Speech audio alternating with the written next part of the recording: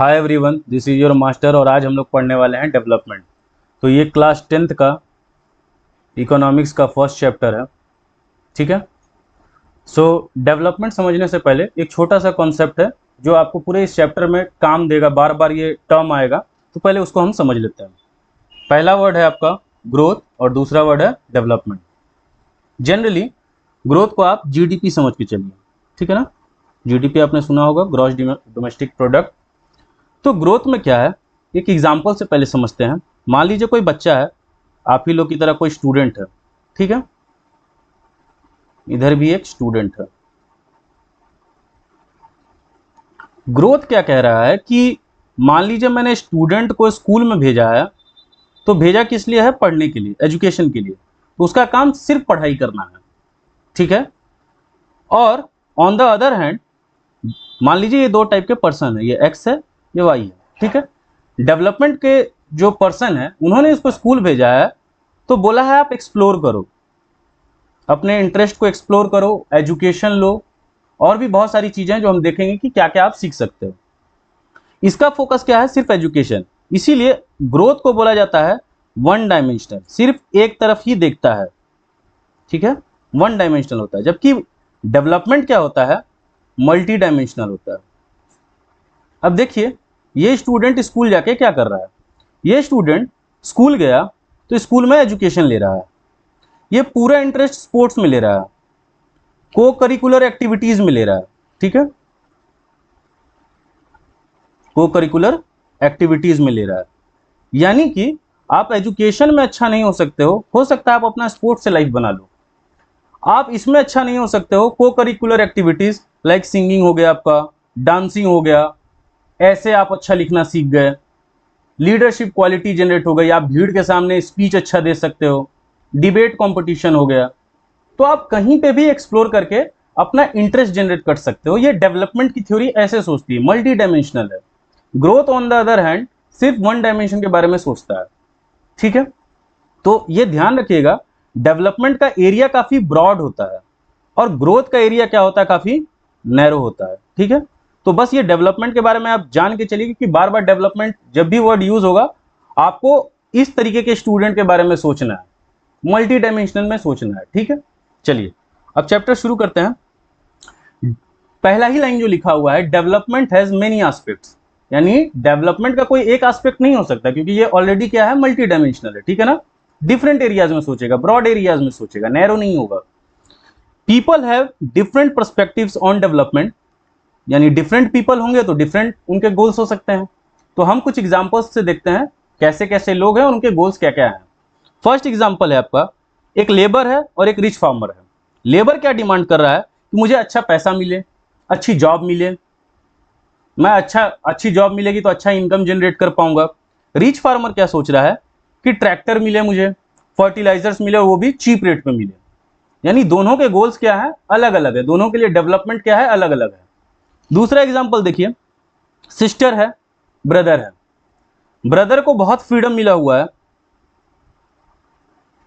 ठीक है, और एक तरफ सिस्टर है, वो ये सोच रही है कि माई bro also help in house hold activity, घर के काम में सिर्फ मैं ही क्यों इंडल्ज रहूं, मेरा भाई भी तो काम कर सकता है। या फिर आप ऐसे एग्जाम्पल लेके समझिए कि मान लीजिए दोनों सेम ही एज के हैं, लेकिन भाई घर के काम में कोई भी एक्टिविटी नहीं करता, यहां तक कि एक गिलास पानी भी जो पीना है वो मंगा के पीता है, ठीक है। तो सिस्टर बोल रही है कि जब हम दोनों सेम ही एज के हैं, सेम ही क्लास में पढ़ रहे हैं, तो ये काम वो भी कर सकता है, ठीक है। तो वो क्या डिमांड कर रही है? उसके लिए जो डेवलपमेंटल गोल है वो क्या है? इक्वालिटी का है, कि सोसाइटी में क्या होना चाहिए? इक्वालिटी होगी तभी हमारा डेवलपमेंट हो सकता है। थर्ड है ट्राइबल पीपल, ठीक है। अब कोई बिजनेसमैन है, वो चाहता है, बिजनेसमैन के पास पैसा ज्यादा है, आप लोग भी देख रहे हैं डिफरेंट टाइप के गैजेट्स हो गए हैं, उनको चार्ज करना होता है, उनको एनी टाइम इलेक्ट्रिसिटी चाहिए, वाईफाई चाहिए, तो वो इलेक्ट्रिसिटी का डिमांड कर रहे हैं। वो बोल रहे हैं कि डैम बनाओ, ठीक है। या फिर इस एग्जांपल को मैं थोड़ा चेंज करूं तो मान लीजिए ये कुछ रोड है, ठीक है, ये रोड है, ये रोड नीचे से है, एक रोड नीचे से एक ऊपर से। तो ये रोड बना नहीं है, लेकिन बिजनेसमैन लोग बोल रहे हैं कि ये रोड आप बनाओ, बिकॉज इस रोड पे जाने पे हमें ट्रैफिक जैम काफी लगता है, ठीक है ना, ट्रैफिक काफी ज्यादा होता है, तो आप ये रोड बनाओ। अब ये पुल बनाने में, ब्रिज बनाने में क्या होगा कि यहाँ पे जो ट्राइबल पीपल्स रह रहे हैं उनका तो घर चला जाएगा, वो लोग कहाँ जाएंगे। तो इसके लिए डेवलपमेंटल गोल कुछ और है कि इसे ज्यादा से ज्यादा इलेक्ट्रिसिटी चाहिए, लेकिन इनका डेवलपमेंटल गोल है कि इनके पास जो प्लेस है कम से कम वो बचा रहे, इलेक्ट्रिसिटी तो बहुत दूर की बात है। नेक्स्ट पर्सपेक्टिव देखते हैं, कोई गवर्नमेंट जॉब में है और कोई प्राइवेट जॉब में है। प्राइवेट जॉब्स में भी बहुत हाई पे होते हैं, लेकिन जरूरी नहीं है। हम थर्ड चैप्टर में पढ़ेंगे ऑर्गेनाइज सेक्टर क्या होता है, अनऑर्गेनाइज सेक्टर क्या होता है, ठीक है ना, या फॉर्मल इनफॉर्मल सेक्टर क्या होता है। लेकिन फिलहाल आप जान के चलिए कि गवर्नमेंट जॉब में लेस पे हो सकता है, लेकिन जॉब सिक्योरिटी है, आपकी जॉब जल्दी नहीं जाएगी, गारंटीड रहती है, ठीक है ना। लेकिन प्राइवेट जॉब में क्या है, हाई पे है लेकिन आपको कभी भी जॉब से निकाला जा सकता है। इसलिए यहाँ पे एक टर्म यूज होता है, hire and fire rule. Hire and fire rule, वो कभी भी आपको हायर कर सकते हैं और कभी भी आपको फायर कर सकते हैं, ठीक है। तो इसके लिए क्या है डेवलपमेंटल गोल, कि मेरी जॉब सिक्योरिटी रहे, बार बार वो जॉब नहीं चेंज कर सकता है। अच्छा, एक जॉब से दूसरे जॉब जाने में कभी कभी टाइम पीरियड भी लगता है, ठीक है ना, वैकेंसीज होगी तब तो वो किसी जगह पे जाके अपना इंटरव्यू दे सकेगा और जॉब ले सकेगा। तो इसके लिए डेवलपमेंटल गोल क्या है, जॉब सिक्योरिटी। और ये क्या अपने आप को डेवलप समझ रहा है, क्यों, इसके पास जॉब सिक्योरिटी है, उस प्लेस पे वो सेटल हो सकता है आराम से, ठीक है, और इसे बार बार अपने प्लेसेस को बदलना होगा। तो इसके लिए डेवलपमेंटल गोल कुछ और है, इसके लिए कुछ और होगा। सो पॉइंट ये निकल के आता है कि डिफरेंट पीपल्स हैं तो उनके डिफरेंट गोल हो सकते हैं। अच्छा, जैसे ही आगे भी हम ये इस चीज को रिपीट करेंगे, लेकिन पहले आप समझिए डिफरेंट लोग हैं, डिफरेंट गोल्स हैं, तो अब क्या जनरेट होगा, कॉन्फ्लिक्ट, ठीक है, क्योंकि दोनों के इंटरेस्ट क्या क्या है, अलग अलग है, तो जनरेट क्या होगा, कॉन्फ्लिक्ट, ठीक है। आगे समझेंगे इसको फिर से। जैसे वुमेन्स है, वुमेन्स को पहले वुमेन्स वगैरह जॉब्स वगैरह में नहीं जाती थी, जॉब में जाने लगी तो उनको डिग्निटी मिली, रिस्पेक्ट मिली कि हाँ, ये जैसे मान लो आप 40K कमाते थे, ऐसे ये सोसाइटी में गलत हो रहा है, ऐसा होना नहीं चाहिए, आपको रिस्पेक्ट करनी चाहिए उस चीज की। लेकिन मान लीजिए बहुत सारे, क्योंकि पैट्रियार्कल सोसाइटी है, तो अगर आप 40,000 अर्न करते थे तो आप ये बोलते थे कि तुम घर में बैठी रहती हो, तुम करती ही क्या हो सकता है कि आप ग्रेजुएशन पास हैं, ग्रेड में हैं आप, और वो लड़की भी जो है, फीमेल भी जो है, उसने भी ग्रेड कर रखा है, लेकिन वो हाउस वाइफ है। ऐसे हाउस वाइफ वर्ड यूज नहीं करना चाहिए, हाउस मेकर, ठीक है। तो हाउस मेकर हैं वो, लेकिन आप उसकी रिस्पेक्ट नहीं कर रहे हैं। आप हर बार ये स्टेटमेंट पास कर देते हैं कि तुम घर पे बैठी ही तो रहती हो, दो तीन काम ही तो करती हो, और क्या करती हो, क्यों, आप पैसे बस थोड़े से ज्यादा कमा रहे हैं, ठीक है ना, तो इसके वजह से आप क्या कर रहे हैं, उसको रिस्पेक्ट नहीं दे रहे हैं। तो फीमेल्स ने भी क्या करना शुरू किया, जॉब ज्वाइन करना शुरू किया, अब वो भी 40K कमा रही हैं, अब उन्हें भी सोसाइटी से रिस्पेक्ट मिल रहा है। तो उनके लिए क्या है डेवलपमेंटल गोल, रिस्पेक्ट, डिग्निटी। तो वो जब जॉब्स में जाने लगी, उनको डिग्निटी मिली, तो उनके लिए वो डेवलपमेंट है और वो खुश हो गई, ठीक है। तो आप कॉन्सेप्ट समझिए कि हो क्या रहा है। इतने सारे हमने एग्जाम्पल देखिए, ए बी डिफरेंट एग्जाम्पल्स देख लिए, तो ए का डेवलपमेंटल गोल कुछ और है, बी का डेवलपमेंटल गोल कुछ और है। अब इन गोल्स में क्या हो रहा है, कॉन्फ्लिक्ट जनरेट हो रहा है, क्या हो रहा है, कॉन्फ्लिक्ट जनरेट हो रहा है, ठीक है। अच्छा, मैं यहां पर्सन्स की बात कर रहा हूं, स्टेट्स में भी ये हो सकता है, कंट्री लेवल पे भी हो सकता है। अब कंट्री सोच रही है कि मुझे एजुकेशन पे खर्च करना चाहिए, ऑपोजिशन पार्टी बोल सकती है कि नहीं आप हेल्थ पे खर्चा ज्यादा करो, ठीक है। तो बार बार ये इंटरेस्ट क्या होंगे, टकराएंगे, इससे कॉन्फ्लिक्ट जनरेट होगा, ठीक है। चलिए नेक्स्ट पॉइंट है, इनकम डोंट डिफाइन डेवलपमेंट, ठीक है। इनकम कभी भी, अच्छा ये दोनों सिनेरियो पढ़ना है, मैं पहले ही इसलिए बता दे रहा हूं कि जो इंपॉर्टेंट, जब हम पढ़ेंगे कि कंट्रीज को हम कंपेयर कैसे करते हैं, कंट्रीज को हम कंपेयर कैसे करते हैं, तो फर्स्ट हम पढ़ते ही हैं इनकम बेसिस पे। किस बेसिस पे, इनकम बेसिस पे। लेकिन यहां मैंने क्या लिखा है, इनकम डोंट डिफाइन डेवलपमेंट। इसके लिए एक एग्जांपल समझते हैं, स्टूडेंट के ही पर्सपेक्टिव से समझते हैं। एक स्टूडेंट है जिसके फादर काफी अच्छी जॉब में है, अच्छे पैसे हैं उनके पास, यानी इनकम सोर्स अच्छा है। उन्होंने उसको बहुत अच्छे स्कूल में डाल दिया, ठीक है। उस स्कूल में लेकिन बच्चा गया है ना, तो उसके साथ बुलिंग हो रही है, ठीक है ना, किसी टाइप का टॉर्चर हो रहा है। अच्छा, उसे फर्स्ट पीरियड से लेकर 7th पीरियड, अगर 7 पीरियड उस स्कूल में हो रहे हैं, तो सिर्फ एजुकेशन ही प्रोवाइड किया जा रहा है, no games period, no cultural activities. तो क्या ये डेवलपमेंट हो रहा है, तो इसीलिए इनकम कभी भी डिफाइन नहीं कर सकता है कि आपका डेवलपमेंट ही होगा, ठीक है ना। और ये कंट्री के भी एस्पेक्ट में है, वो हम देखेंगे समझेंगे, ठीक है। अभी मैंने आपको स्टूडेंट के पॉइंट ऑफ व्यू से समझाया है, फिर स्टेट कंट्रीज लेवल पे भी बात करेंगे, ठीक है। चलिए, लेकिन हम कंट्रीज को जब कंपेयर करते हैं तो one of the important attributes, यानी देखने का जो तरीका होता है, नापने का जो तरीका होता है, हम उसे इनकम से ही करते हैं, ठीक है। जैसे मैंने यहां दिया है, compare different countries by income criteria. हम ये समझते हैं कि more income means more of all things human being need, ठीक है। इनकम आपका जितना होगा आप उतना ही कंजप्शन कर सकते हो। कंजप्शन का मतलब यहाँ पे है गुड्स एंड सर्विसेज का यूज करना। कंजप्शन का मतलब ये मत समझ लेना कि कुछ खा लेना है, ठीक है। खाने को ही कंजप्शन नहीं बोलता है। तो पहला है इनकम एट्रीब्यूट, ठीक है। देखते हैं इनकम को। फर्स्ट है एग्जाम्पल, पहले समझिए। ये पर्सन के हिसाब से मैंने लिया है। मान लीजिए कोई पर्सन ए है, पहले इधर एग्जाम्पल ले लेता हूं एक, उसके बाद इस पे आता है। ये फैमिली ए है, ये फैमिली बी है, ठीक है। इस फैमिली में मान लीजिए अर्निंग कैपेसिटी है वो 20,000 है, ठीक है। Total income TI, total income. और इस फैमिली की टोटल इनकम जो है वो 40,000 है, ठीक है। अब आप ये सोचेंगे कि इनकम के बेसिस पे तो ये ज्यादा अर्न कर रही है फैमिली, ये डेवलप हुई या ये अच्छी हुई। ऐसा कोई जरूरी नहीं है। हमने इनकम के सेंस से तो समझ लिया कि हाँ ये ज्यादा कमा रही है यानी ये ज्यादा अच्छी होगी, ऐसा कोई जरूरी नहीं है। हो सकता है इनके पास 8 बच्चे हों, 8 चाइल्ड हों, तो ये पैसा तो काफी ज्यादा डिस्ट्रीब्यूट हो जा रहा है। इनके बच्चे अच्छे स्कूल में पढ़ भी नहीं रहे हैं और इनके पास सिर्फ 1 चाइल्ड हो। इसके बच्चे अच्छे स्कूल में भी जा रहे हैं, इसका बच्चा हेल्दी भी है। इस 8 बच्चे में मान लीजिए 2 बच्चा अनहेल्दी है। इनके जो पेरेंट्स हैं वो काफी डिजीजेज में रहते हैं, ठीक है ना, बीमार रहते हैं। तो ये डेवलप तो नहीं हुआ। अगेन फिर से वो कॉन्सेप्ट जो मैंने सबसे पहले बताया, डेवलपमेंट के मेनी डायमेंशंस होते हैं, आप एक एंगल से सिर्फ नहीं देख सकते हैं। और यहाँ पे हम जो एंगल ले रहे हैं वो क्या ले रहे हैं, इनकम का। तो आप इनकम देख के सिर्फ बोल देंगे कि नहीं ये कंट्री डेवलप है और ये कंट्री डेवलप नहीं है, ऐसा नहीं हो सकता, ठीक है। और भी एट्रीब्यूट्स होते हैं। तो पहले अब इधर से इस एग्जाम्पल को समझते हैं। मान लीजिए कोई 10,000 अर्न कर रहा है, दूसरा पर्सन, इसको स्टेट के, चलिए एक तो फैमिली वाला एग्जाम्पल देख लिया, अब स्टेट के रूप में देख लेते हैं, ठीक है। मान लीजिए ये स्टेट कौन सा ले लें, महाराष्ट्र ले लेते हैं, ये बिहार ले लेते हैं, ठीक है। या 2 पर्सन लेना है तो ये भी पर्सन ले लीजिए, जो आपको लेना है। अब ये 10,000 अर्न कर रहा है, ये 100 रुपीज अर्न कर रहा है। पर कैपिटा इनकम हम कैसे निकालते हैं, टोटल इनकम बटा टोटल पॉपुलेशन। ध्यान दीजिएगा क्या लिखा है, पर कैपिटा इनकम, हिंदी में इसे बोलते हैं प्रति व्यक्ति आय, यानी हर एक आदमी इतना कमा रहा है, ठीक है। अब 10,000 प्लस 100 आपने किया, डिवाइड बाय 2 किया, 5,050 रुपीज आ रहा है। क्या सच में दोनों आदमी 5,000 रुपये कमा रहे हैं? अप्रॉक्स में मैं बोल रहा हूं 5,000 रुपये कमा रहे हैं। देखिए कितना बड़ा गैप है।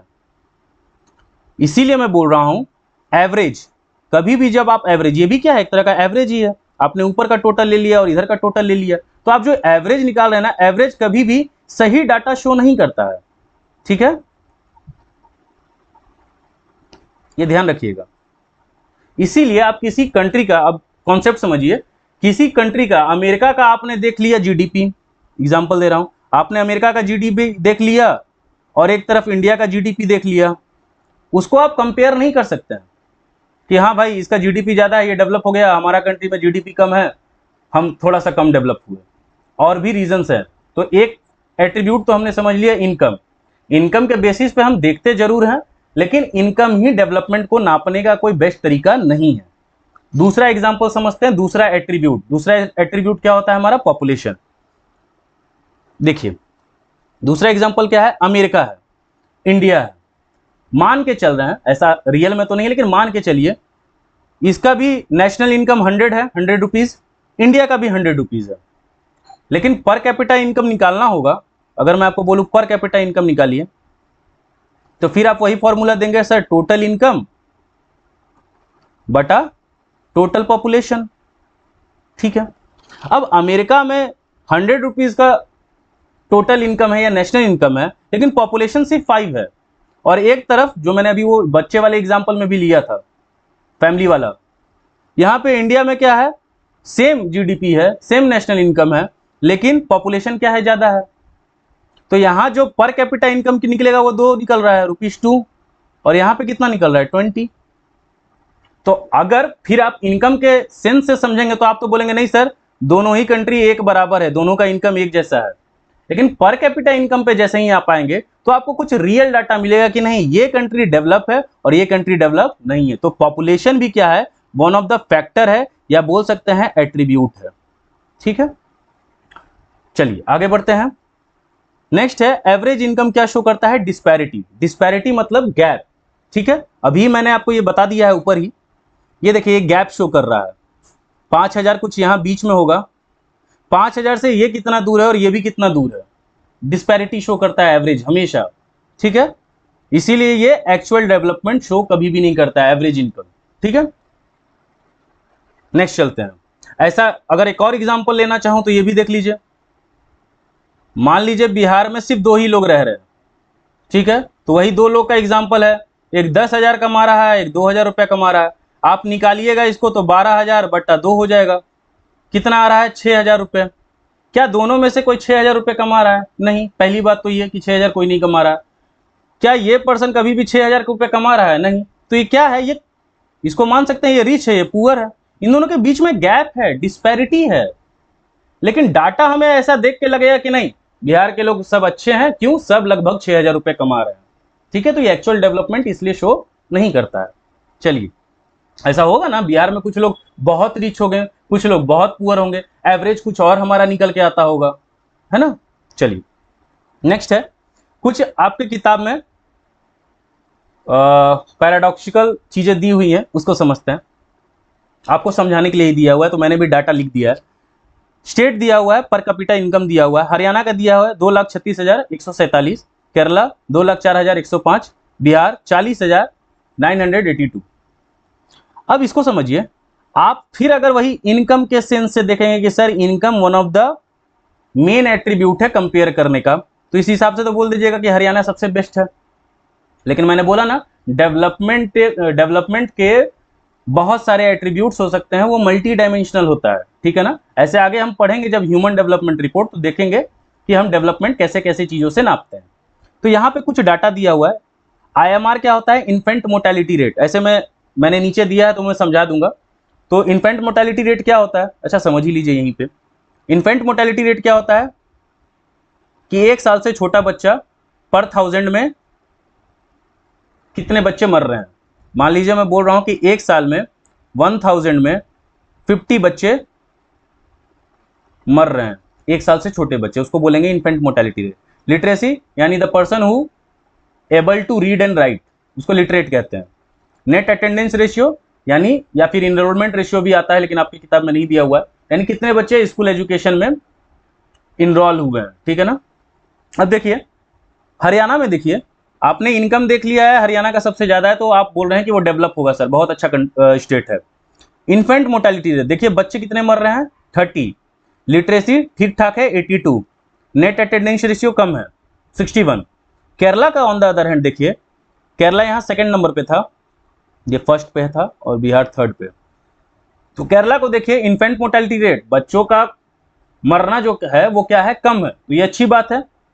इससे क्या पता चल रहा है, इसका हेल्थ इंफ्रास्ट्रक्चर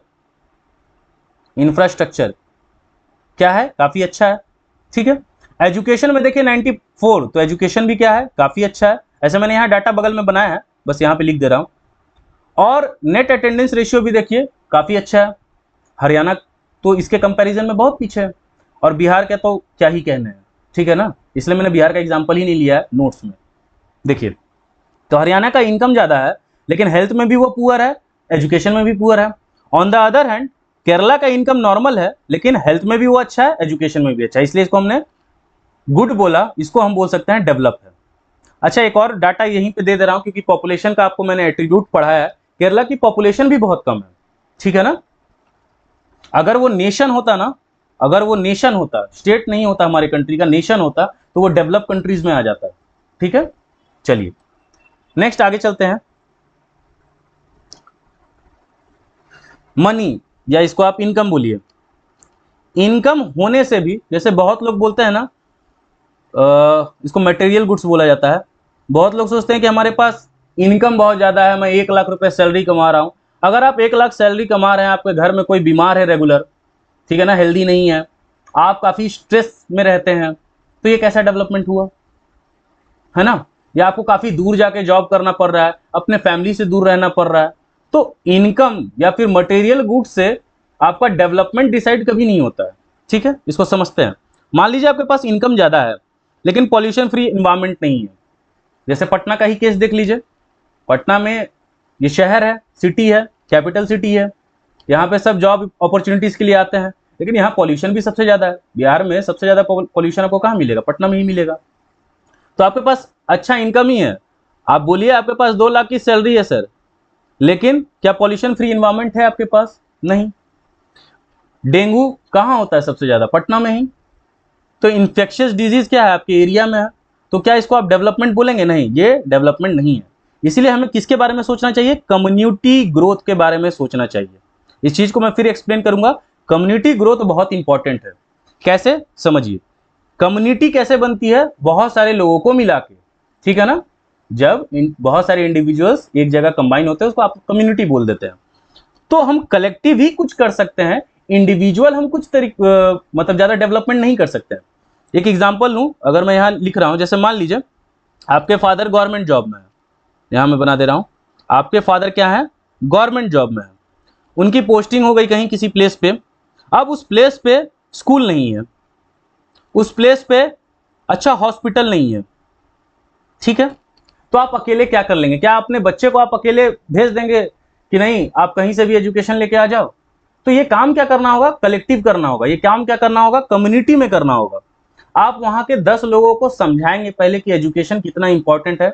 एजुकेशन के ही बेस पे मैं एक गवर्नमेंट ऑफिसर बना हूं और यहाँ पे पोस्टिंग आया हूं, तो मेरे बच्चे को भी पढ़ना जरूरी है और आपके बच्चे को भी पढ़ना जरूरी है।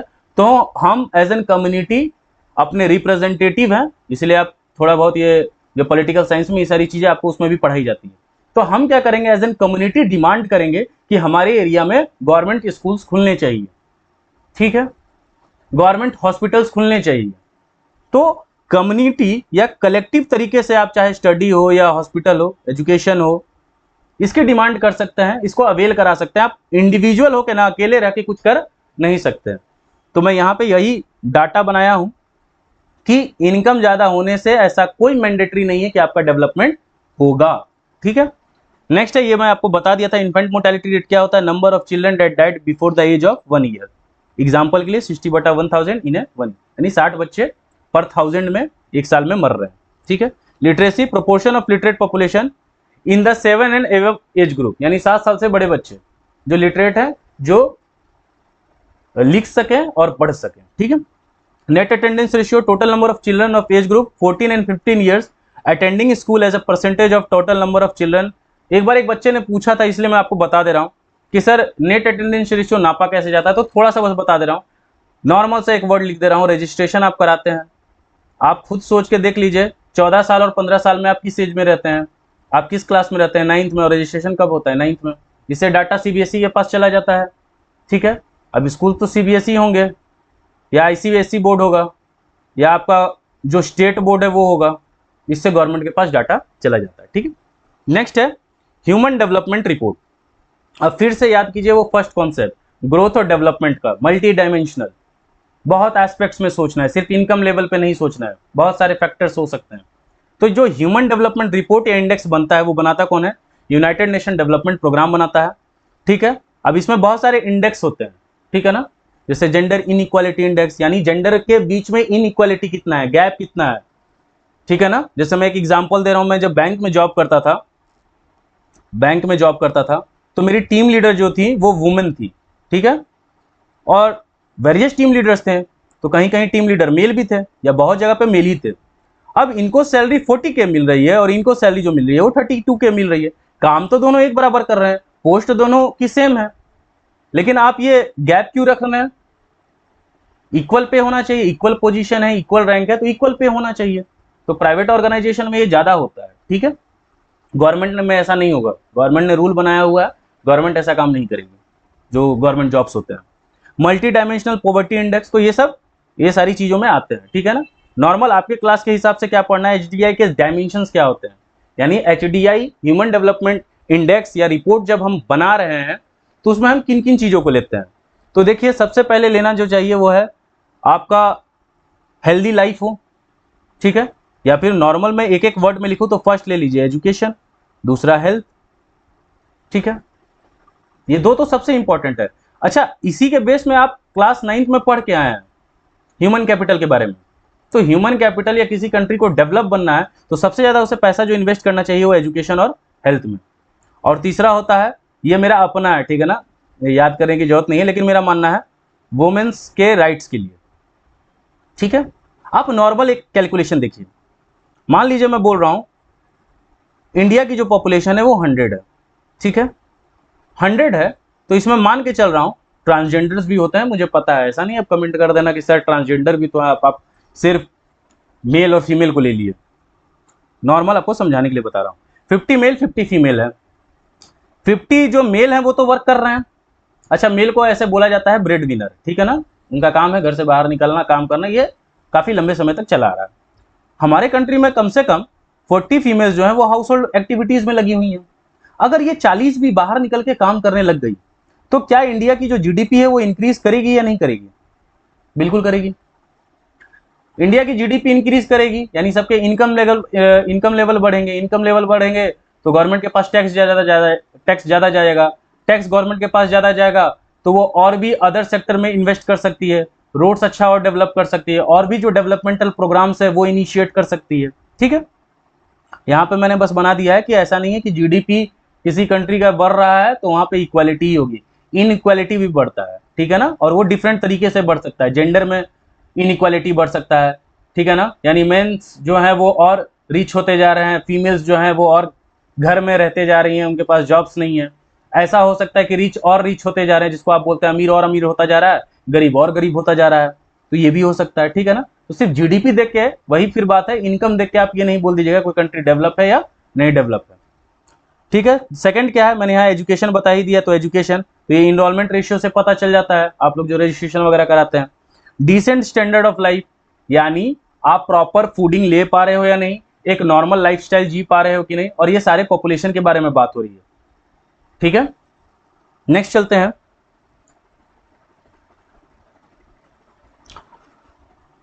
पॉल्यूशन। मान लीजिए आप बहुत सारे कंट्री में, मान लीजिए हमारे ही कंट्री में, ऐसे हमारे कंट्री में इंडस्ट्रियल डेवलपमेंट हुआ नहीं है, लेकिन मैं बहुत सारे इंडस्ट्री, जैसे एक डायग्राम देख लीजिए, ये मान लीजिए यहाँ पे इतने एरिया में खेती होती है, देखिए मेरा ड्राइंग बहुत खराब है लेकिन बस आप समझ लीजिएगा, यहाँ क्या हो रहा है, एग्रीकल्चर हो रहा है इतने एरियाज में, यानी कि ये सारे जो एरियाज हैं यहाँ पे विलेजर्स रहते हैं, ठीक है, और यहाँ मैंने कर दी इंडस्ट्री सेटअप। अब इस इंडस्ट्री से क्या हो रहा है, बहुत सारा पॉल्यूशन हो रहा है, तो इससे एग्रीकल्चर को भी हार्म हो रहा है, ठीक है ना, इससे विलेजर्स को भी हार्म हो रहा है, ठीक है, इनको एम्प्लॉयमेंट मिल रही है लेकिन इनको भी बहुत हार्म हो रहा है, तो ये कोई एक्चुअल डेवलपमेंट नहीं है, ठीक है ना। यानी कि आप पॉल्यूशन बहुत करके डेवलपमेंट कर रहे हैं लाइक इंडस्ट्रीज, तो ये डेवलपमेंट नहीं है। और ये तो स्टेटमेंट आपके बुक में दिया है, इसको आप आंसर्स में यूज कर सकते हैं। We have not inherited the world from our forefather, we have borrowed it from our fore. तो बोरोड का सेंस क्या है कि आपने अपने फोर फादर से जैसे वर्ल्ड को लिया है, ठीक है ना, उसी तरीके से आपने नेक्स्ट जनरेशन को लौटाना है, ठीक है। एक नॉर्मल एग्जांपल ऐसे अगर बोलूं कि आपके फोर फादर जब आपको वर्ल्ड सौंप रहे थे तो मान लीजिए 5 पेड़ हुआ करते थे, तो आपको अपने नेक्स्ट जनरेशन को भी 5 पेड़ देने हैं, ठीक है ना। ऐसा ना हो कि वो जब आए धरती पे तो देख रहे हैं कि सिर्फ 3 ही बचा है, यहाँ 5 मिला, यहाँ 3 ही है, तो ऐसा नहीं करना है। हमने बोरो जैसे किया है तो हमें चीजें को वैसे ही रिटर्न करना है। आप किसी से 1 लाख रुपए लेते हैं तो 1 लाख तो देते ही है, प्लस में इंटरेस्ट भी देते हैं, ठीक है। तो हो सके तो हमें 5 की जगह 8 देना चाहिए, ना कि 3 देना चाहिए, ठीक है। Next is ground water renewable resource है, हमें इसे डिप्लीट नहीं करना चाहिए। इसके ऊपर एक अच्छा डायग्राम के साथ एक अच्छा बड़ा पैराग्राफ दिया हुआ है आपके, इसको ऐसे समझिए, रिन्यूएबल रिसोर्स है यानी ये रिन्यू हो सकता है, लेकिन हमारा कोई भी ध्यान नहीं है इसे रिन्यू करने पे। आप आज जाके डाटा चेक कीजिएगा इंडिया का, इंडिया के मेजर जो सिटीज हैं, मेजर क्या है, जो सिटीज हैं वहां ग्राउंड वाटर जो है वो क्या हो चुका है, डिप्लीट हो चुका है। क्या हो चुका है, डिप्लीट हो चुका है। क्यों डिप्लीट हो रहा है? बिकॉज हम अपना फोन तो चार्ज करना जानते हैं लेकिन ग्राउंड वाटर को रिचार्ज करना नहीं जानते हैं। इसको ऐसे समझिए, मान लीजिए ये कोई सिटी है, पटना ले लीजिए, हम लोग पटना के हैं तो पटना ही लेके चलें। अब मान लीजिए ये एरिया था लैंड का, अब यहां पे भी बिल्डिंग बना दी आपने, यहां पे भी बिल्डिंग बना दी, यहां पे भी बिल्डिंग बना दी, मतलब चारों ओर बिल्डिंग घर है, ठीक है। या अब मैं एक और डायग्राम बना रहा हूं, प्रोटोटाइप, जिससे आपको ज्यादा अच्छे से समझ आए कि रिचार्ज क्यों नहीं हो पा रहा। मान लीजिए ये बारिश हुई, ठीक है, ये नाली है, ठीक है, ये डायरेक्ट गंगा रिवर में जा रहा है, डायरेक्ट। ये बारिश हुई, इस पाइप से होते हुए ये पानी गंगा रिवर में चला गया। अब अगर ये घर नहीं होता तो ये पानी नीचे नीचे नीचे जाते जाते जमीन में जाता, सॉइल, और सॉइल से नीचे नीचे जाते जाते ग्राउंड वाटर में जाता। लेकिन ये जो बिल्डिंग बनी हुई है, इस बिल्डिंग की वजह से ये पानी सीधा कहां जा रहा है, गंगा रिवर में। रोड्स को भी आप देखिए, रोड्स को थोड़ा ऐसे स्लोप बनाया जाता है, यानी ये जो एरिया होता है ना, ये थोड़ा ऊंचा होता है, जानबूझ के बनाया जाता है ये ऊंचा, कि पानी गिरे तो इस साइड और इस साइड वो चला जाए, ठीक है ना। लेकिन हमें रोड साइड घर बनाने की काफी लालसा होती है, इच्छा होती है, तो अब रोड साइड हमने घर बना दिया तो पानी इस साइड जो जाता और इस साइड जो जाता, तो कम से कम इसके नीचे नीचे जाते जाते वो ग्राउंड वाटर रिचार्ज होता है। इतने सारे रोड्स बन गए हैं तो ग्राउंड वाटर रिचार्ज नहीं हो पा रहा है, इसीलिए ये प्रॉब्लम सबसे ज्यादा आपको सिटीज में मिल रही है, ठीक है। अच्छा, प्रॉपर अर्बन प्लानिंग नहीं हुई हमारी, ठीक है ना। अर्बनाइजेशन हम कर रहे हैं, ठीक है, लेकिन अर्बनाइजेशन का कोई प्लानिंग नहीं है, ठीक है ना। इससे अच्छा तो इंडस वैली सिविलाइजेशन है जो करोड़ों साल पहले था, वहां टाउन प्लानिंग हुई थी। हमारे यहाँ टाउन प्लानिंग नहीं हुई, जिसको जहां जमीन मिला उन्होंने घर बना दिया, गवर्नमेंट को भी जहां से रोड्स मिले उन्होंने रोड्स बना दिए। इतना कंजेस्टेड हो गया है कि ग्राउंड वाटर हमारा रिचार्ज नहीं हो पा रहा है, तो हमें ध्यान देना चाहिए ग्राउंड वाटर रिचार्ज पे, ठीक है। नेक्स्ट है, अब our future is linked together, ठीक है ना। जैसे फॉरेस्ट को हम बर्न करेंगे तो ये पूरे वर्ल्ड को अफेक्ट करेगा, नॉट स्टेट नॉट कंट्री। इसको एक एग्जांपल से समझिए। कुछ लोग जैसे बोलते हैं, जब वो प्लास्टिक को जला रहे होते हैं तो बोलते हैं हमारा क्या होगा, ये धुआं उठ के ऊपर जाएगा, ये बादल बनेंगे, बादल थोड़ी एक ही जगह रहेंगे, वो तो एक प्लेस से दूसरे प्लेस में जाएंगे, ठीक है ना। एसिड रेन होगा तो जरूरी थोड़ी है हमारे ही घर के नीचे होगा, कहीं और भी हो सकता है। तो आप बात समझिए, आप भी तो उसी इन्वायरमेंट में रह रहे हैं ना, और आप जैसी बेवकूफी कर रहे हैं वैसी बेवकूफी और भी बहुत लोग करेंगे, अदर कंट्रीज करेंगे। तो हम सब क्या है, एक दूसरे से लिंक्ड है। ऐसा नहीं है फॉरेस्ट किसी अदर एरियाज में आप जला देंगे तो सिर्फ वहीं का इन्वायरमेंट पोल्यूट हो रहा है, पूरा ये अर्थ का इन्वायरमेंट पोल्यूट हो रहा है, ठीक है ना। तो हमें थोड़ा ध्यान देना चाहिए इन चीजों पर, और गवर्नमेंट को भी। तो अब हम आते हैं अपने वापस जहां से चैप्टर शुरू हुआ था कि सर डेवलपमेंट क्या है। तो डेवलपमेंट क्या है, कॉम्प्रिहेंसिव, यानी ब्रॉड टर्म है, नैरो टर्म नहीं है, ब्रॉड टर्म है, ठीक है। ये क्या क्या इंक्लूड करता है, increase in real per capita income, पढ़ चुके हैं हम। Improvement in living standard of people, यानी लोगों का लाइफस्टाइल सुधरना चाहिए। स्टैंडर्ड ऑफ लिविंग से क्या है, पीपल एजुकेटेड हो, एजुकेशन हो प्रॉपर उनके पास, ठीक है। दूसरा क्या होना चाहिए, हेल्दी हो वो, ये उनकी लाइफ एक्सपेक्टेंसी बढ़े। यहाँ पे मैंने शायद ये बताना भूल गया मैं, देखिए आप हेल्दी रहिएगा ना। हाँ, ये देखिए लाइफ एक्सपेक्टेंसी क्या होता है, मतलब कि एवरेज किसी कंट्री के लोग कितने साल तक जी रहे हैं। अब अगर आप देखिएगा तो उसमें भी हम काफी पीछे हैं, ठीक है। देख लीजिए, ये छूट गया था गलती से। एचडीआई में रैंक देखिए, श्रीलंका हमसे आगे है, 73 पे है। इंडिया 130 रैंक पे है। म्यांमार हमसे भी पीछे 148 पे है। ऑल्दो ऐसे श्रीलंका किसी और रीजन से आगे, आपने एक एट्रीब्यूट पढ़ लिया है, पॉपुलेशन, वहां की पॉपुलेशन कम है, ठीक है ना। हमारी कंट्री की पॉपुलेशन बहुत ज्यादा है, तो हमें एजुकेशन पे ध्यान देना होगा। यहाँ लाइफ एक्सपेक्टेंसी का मतलब क्या है कि एवरेज आपके कंट्री में कितने साल तक लोग जी रहे हैं। जैसे हमारा 68 चल रहा है, चाइना का देखोगे तो 70s में है, 72 या 74 है। सबसे ज्यादा आपको जापान का दिखेगा। तो क्योंकि वो हेल्दी लाइफस्टाइल जी रहे हैं, डिसेंट स्टैंडर्ड ऑफ लिविंग है उनका, प्रॉपर इनकम वो जनरेट कर रहे हैं, इसलिए वो एक अच्छी लाइफ जी रहे हैं। तो उनका एचडीआई में रैंक क्या होगा, क्योंकि वो हेल्दी है तो उनका एचडीआई रैंक अच्छा जाएगा, उनका प्रॉपर डेवलपमेंट हो रहा है, ठीक है। चलिए आगे चलते हैं। तो improvement in living standard of people, poverty में रिडक्शन हो, ठीक है ना, पॉवर्टी कम होनी चाहिए, पॉवर्टी कम होगा, सबके पास इनकम का सोर्सेज अच्छा होगा, सब अपने लाइफस्टाइल को अच्छे से मैनेज कर सकेंगे, इलिटरेसी ना हो, क्राइम रेट कम होना चाहिए, ठीक है। फीचर्स क्या है ये आपने पढ़ लिया, different persons have different developmental goals होने चाहिए, income is a major component है, लेकिन सिर्फ सिंगल इनकम ही नहीं होगा, ये आपने समझ लिया। इनकम के बेस पे ना किसी फैमिलीज को, ना किसी स्टेट को, ना किसी कंट्री को आप जज कर सकते हैं। डेवलपमेंट के बहुत सारे डायमेंशंस है, एजुकेशन देख सकते हैं आप, हेल्थ देखेंगे, वुमेन्स के राइट्स मिल रहे हैं कि नहीं मिल रहे हैं, ठीक है, ये सब देखना पड़ता है, ठीक है, मल्टी डायमेंशनल है, ठीक है। तो यहीं पे दो चैप्टर का हमारा क्या हुआ, द एंड हुआ, ठीक है। आपको कोई भी डाउट है आप मुझे इंस्टाग्राम पे मैसेज कीजिए। आपको लग रहा है कि कोई टॉपिक सर मुझे समझ में नहीं आया, प्रॉपर एक्सप्लेनेशन नहीं था, वो भी आप मुझे इंस्टाग्राम पे बता सकते हैं। टेलीग्राम पे मैं नोट्स डाल दूंगा, ठीक है ना, अभी लेकिन मैंने डाला नहीं है तो मैं डाल दूंगा। और एक और चीज़ आप समझिए, क्लास 10th का मैंने ये फर्स्ट वीडियो बनाया है, पहले आप अपने बोर्ड एग्जाम को समझ लीजिए ध्यान से। उसमें जो पेपर आएंगे वो 60 to 70% क्या होगा, केस बेस्ड होगा, केस स्टडीज। दूसरा जो होता है उसको बोलते हैं हम डायरेक्ट क्वेश्चन। डायरेक्ट क्वेश्चन भी दो टाइप का हो गया, एक जिसमें जो 4 मार्क्स या 5 मार्क्स में डायरेक्ट आपको डिस्क्रिप्टिव आंसर्स लिखने आते हैं, वो हो गया, और दूसरा हो गया आपका एमसीक्यू।